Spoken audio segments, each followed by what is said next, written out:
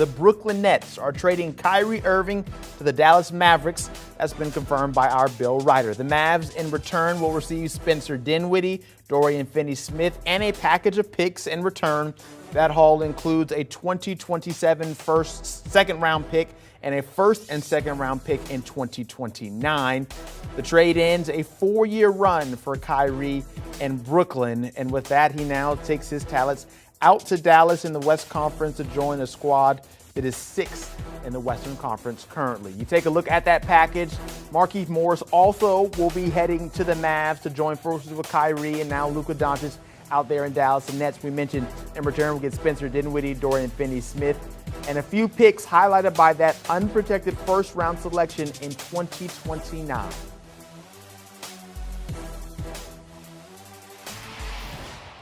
We mentioned Bill Ryder, so it's only right that we bring him in right now. Bill, this shocking news. We knew that Kyrie likely was going to be traded ever since he first announced that he wanted to be traded, and that news broke. Now that you see that it ends up being Dallas and not some of the others like the Lakers or the Clippers who were in the running and wanted to bring in Kyrie, what's your reaction here? Yeah, Zach, my reaction is it's a pretty nice return for the Brooklyn Nets. I know yesterday several folks, including GMs around the NBA, were just skeptical whether, given Kyrie's struggles and difficulties and some of the issues that have made him less appealing to other teams out there, given all of that, whether Kyrie would command the kind of return that Brooklyn was certainly going to want, because they're effectively giving up on their season. It is not a bad haul for Brooklyn, given the circumstances and given the fact that Kyrie had not only said he wanted to be traded, but in the last 2 hours, the reporting had come out that he might sit if he wasn't moved. And when you're in that kind of a corner, it's sometimes hard to get what you want coming back. I think Brooklyn did that. And now the question becomes, is the juice worth the squeeze for Dallas? Sources yesterday told me they were one of the 2 or maybe 3 teams, the Lakers and maybe the Clippers, who would be interested enough to perhaps drive the price up. They've surrounded Luka Doncic with a star. He's obviously mercurial. It'll be very interesting, Zach, to see whether or not this leads to success for Dallas the rest of the way. Yeah, we'll certainly circle back on Brooklyn and what this means for them going forward. But you look at this Dallas squad currently sitting at 28 and 26 in the Western Conference, 9.5 games back of Denver. We knew that they needed another piece. That became very apparent, especially when Luka missed some time, and you heard Jason Kidd say they need someone to step up. That was at one time Spencer Dinwiddie. But ever since losing Jalen Brunson, it seems like that they've missed him desperately. So now they get a piece like Kyrie. What can this do for Dallas? It depends how you view Kyrie Irving. He's a litmus test. He's a Rorschach test, I should say. People see in him whatever they think about Kyrie Irving, the player and leader. I can tell you some GMs out there think that he is worth whatever difficulties come with Kyrie Irving, and some don't. I'm probably in the camp that is skeptical it's going to work out, but Zach, you hit on it.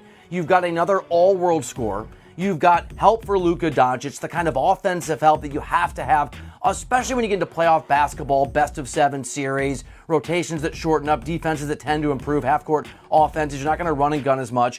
And so if Kyrie can replicate not just his talent, but the success we saw him have with LeBron James in Cleveland, Dallas becomes absolutely good enough in a really crowded Western Conference, especially with the question marks around Steph Curry and his health. Dallas becomes good enough to be a real contender. We've seen Luka Doncic carry this team basically by himself. They had Brunson, but basically by himself to a conference finals.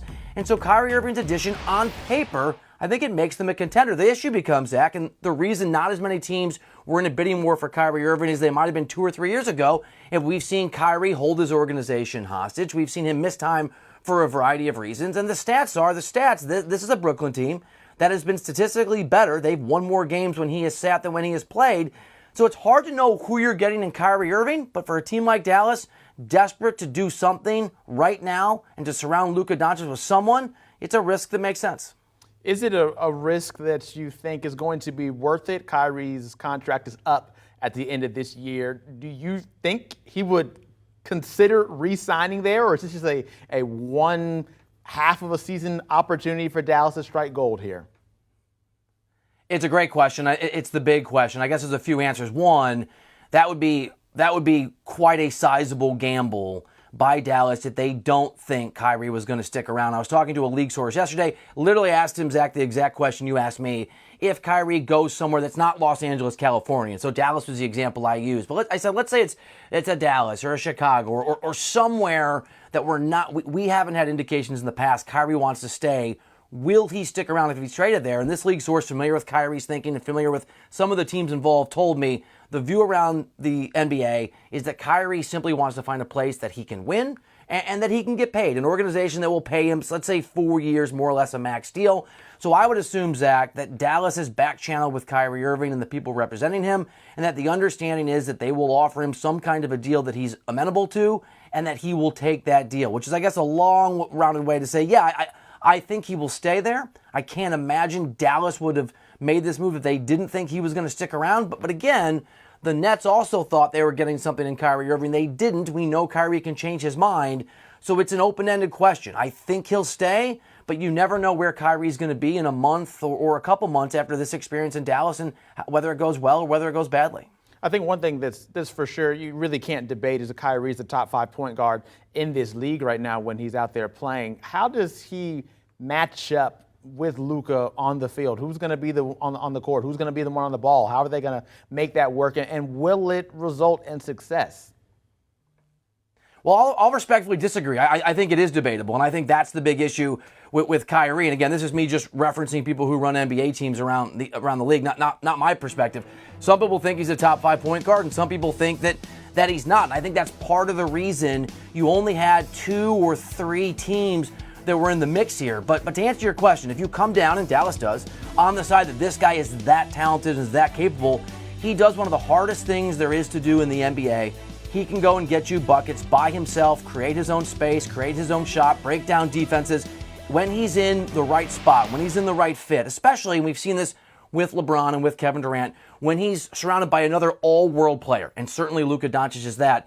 The upside here, the ceiling for Kyrie Irving, is that he's more than capable of playing like a number 2 on a championship-level team. He can help, as you noted, if Luka Doncic, let's say injured, but just not having to load the minutes up on Luka. He can take 5 or 10 or 15 or 20 or 36 minutes in a game here or there and be the offensive focal point. He can't do it night after night after night. We've certainly seen that in Brooklyn. So it's a huge offensive help. It's a huge secondary weapon. And when we get to the postseason, because all the stats people will throw at you about Kyrie not being as effective in terms of winning over the course of his time when he's on the bench versus starting, those are all regular season stats. And even though the Nets have struggled at times in the postseason, it's a different game, as you know, Zach, in the playoffs. The ability to go out there and have one guy who can win you a game or a couple games is huge. Kyrie Irving's one of those players in the NBA. You put him with Luka Doncic, and it makes Dallas a lot more dangerous, potentially, than they were. I just want to touch real quick on Brooklyn now, the other side of this trade. What does this mean for them going forward and the potential for KD? What happens with him now? Yeah, another great and critical question. I mean, I don't know because the people that I've talked to don't know, but I can tell you there are some hungry GMs for talent who have been making calls and are anticipating the possibility that Kevin Durant could be available between now and Thursday's NBA trade deadline. And while the folks I've talked to aren't ruling that out, the general sense, Zach, I get around the league is that you have to get such a haul for Kevin Durant if you're going to move him. Or if Kevin Durant decides he wants to be moved, and we've already seen him make that demand before, that it might make more sense as a summer trade. You want to involve as many teams as possible. You want to get as many assets as possible. So I think it's certainly likely, I think it's certainly plausible that Kevin Durant's going to stay with the Brooklyn Nets. He's going to try to carry a team that doesn't have Kyrie Irving. Their chances are severely diminished, at least on paper, of being a contender this year. But I do think that there's a sense, in fact, I know there's a sense around the NBA, this is probably, and nobody knows, the beginning of the end of Durant's time in Brooklyn, New York, and that this summer, if he wants to move, would be the time there would be a sizable bidding war for one of the most talented players on the face of the earth. What does it maybe say about this Nets organization that went through so much with Kyrie last season and then this season and just this whole experiment not working out? Where do they go to from here? Yeah, I mean, again, like I feel like I'm taking too many shots at Kyrie because there are people that would certainly sign up for Kyrie in a heartbeat, but I do think it reminds you that if you're going to take the keys to the kingdom and put them in the hands of star players, and that's the modern NBA, and I think it should be, I mean, these are the guys that really give you a chance, you have to make sure that those star players are in for the long haul and are the kind of leaders you want them to be. And Kyrie Irving was one of those guys, was instrumental, mostly along with Kevin Durant, but instrumental in decision-making and who they wanted in, who was going to be the coach, who wasn't going to be the coach. And I think the lesson is be careful who you trust with your organization. I can tell you this, Zach, if you're Sean Marks, you're the GM in Brooklyn. You go back several years. He had taken one of the worst teams in terms of how they were positioned for the future. The draft picks they had and really didn't have the hole they were in going all the way back to the Kevin Garnett trade and company with the Celtics. He dug them out of it. He built a really interesting young team. They had something that was probably trending toward really successful. And they did what any GM in the NBA would do. They got Kyrie, they got Kevin Durant. They were the proper shoe size away from being in a conference finals or maybe further, maybe NBA champions, and it didn't work out. So if you're Brooklyn, you probably have to take stock of the gamble you took the last few years on these two stars. And when you reset, if Sean Marks is given the opportunity to do that by his owner, you probably have to understand that next time around, you want to make sure if you're going to allow superstar players to make decisions that they're in it for the long haul and the leverage they throw around is for the best interest of the Nets and not just what they want to do in the short term. Crazy roller coaster out there in Brooklyn. You figure just a few weeks ago, back when KD was still healthy, they were a team that was looking like they were going to challenge the Celtics for the best record out there in the Eastern Conference, and now they break things up with Kyrie being traded out to the Dallas Mavericks. He's our Bill Ryder. Thank you very much for talking some NBA breaking news on this Sunday afternoon. Kyrie headed to Dallas. You see his career, team number 4 now on tap. Best seasons of his career, point-wise, came when he was with the Nets, averaged 27.1, averaging 27.1 again this season, and now he heads out to Dallas to team up with Luka Doncic, a team that's in 6th place in the Western Conference, 9.5 games back of the Denver Nuggets. Brooklyn looking for some answers now with some pieces that they'll get back in return and some draft capital. But for now, Kyrie Irving traded to the Dallas Mavericks. We'll have a lot more on HQ to talk about this monster trade on the other side.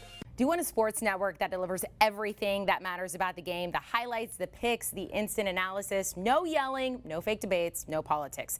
Hit the subscribe button and never miss a moment.